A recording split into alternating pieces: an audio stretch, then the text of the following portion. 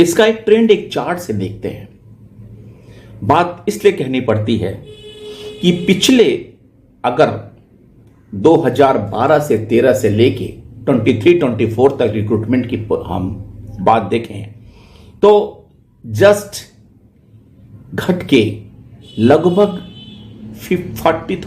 10% के करीब 10 से 15% के करीब आ गया है। और जब रिक्रूटमेंट की बात आती है तो हमें AIBA के सर्कुलर्स याद आते हैं और AIBA बार बार कहती है रिक्रूटमेंट नहीं हो रहा है बैंकों में रिक्रूटमेंट, लेकिन उसके लिए AIBA का क्या योगदान है AIBA खुद नहीं जानती, क्योंकि पिछले 10 साल से जब रिक्रूटमेंट का रेट घट रहा है, ट्रेंड्स डिक्लाइनिंग है, डाउनवर्ड्स है, तो यूनियन का फर्ज केवल सर्कुलर चिट्ठी पत्री लिखने से नहीं होता है। जब तक कोई कॉन्क्रीट कदम नहीं होता है तब तक अटर फेल्योर माना जाता है। हालांकि कहना नहीं चाहिए, यूनियन तो हर मुद्दे पे अटर फेल्योर है, चाहे वो बैंक रिटायरीज का मामला हो, चाहे 5 डे बैंकिंग का मामला हो, और चाहे बैंकर्स के वर्क लाइफ बैलेंस से जुड़ा हुआ 5 डे बैंकिंग और साथ में रिक्रूटमेंट, दोनों में फेल्योर। एक चार्ट के हिसाब से देखिए तो 12 और 13 में 54,868 एम्प्लॉय भर्ती किए गए थे, जिसमें से 32,453 क्लरिकल कैडर में, 22,415 ऑफिसर्स कैडर में। और फिर ये 2013 और 14 में it was 61,332, out of which 39,652 in clerical cadre and 21,680 in the officer cadre. अब 13-14 यानी 13-14 के बाद हम देखते हैं, अगर 23-24 में आते हैं तो total recruitment 11,077, out of which 5,545 in clerical cadre and 5,532 in officer cadre, यानी कि दोनों का रेशियो 1:1 बराबर बराबर भर्ती होना शुरू हो गया। और पिछले इन 10 साल में देखें आपको तो हमारा जो ट्रेंड्स था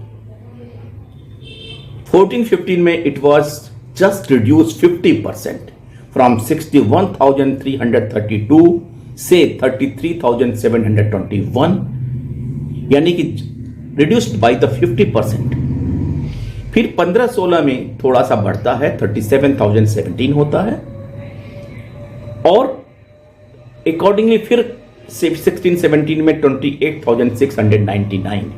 लेकिन अगर आप ट्रेंड देखें तो 22-23 में ओनली 13,000, फिर उसके बाद 17-18 में ओनली 11,000, 20-21 में इनिशियली 12,000, यानी कि कुल मिला के रिक्रूटमेंट की स्थिति बैंकों में दयनीय होती गई।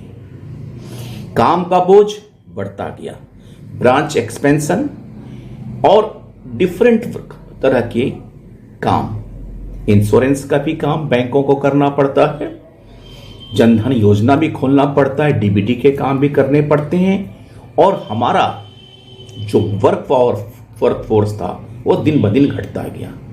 अब यूनियन क्या कहती है?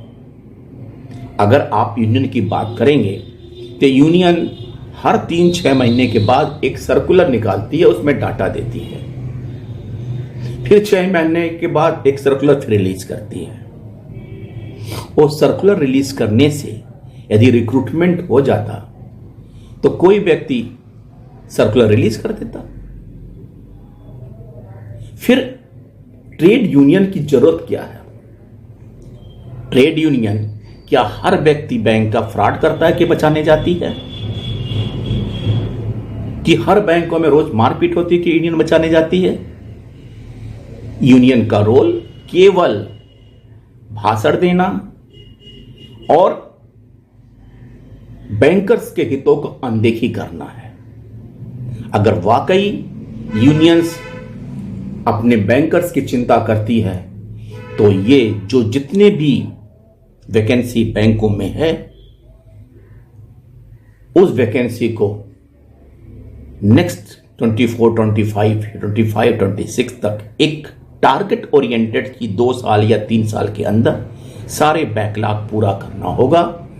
अगर इस तरह का कोई कॉन्क्रीट उपाय करती है तो शायद बैंकर्स का, बैंक का और नेशन का, तीनों का लाभ हो पाएगा। Thank you friends. लेकिन यूनियन से इस तरह की उम्मीद शायद ही पूरी हो। थैंक यू, नमस्कार।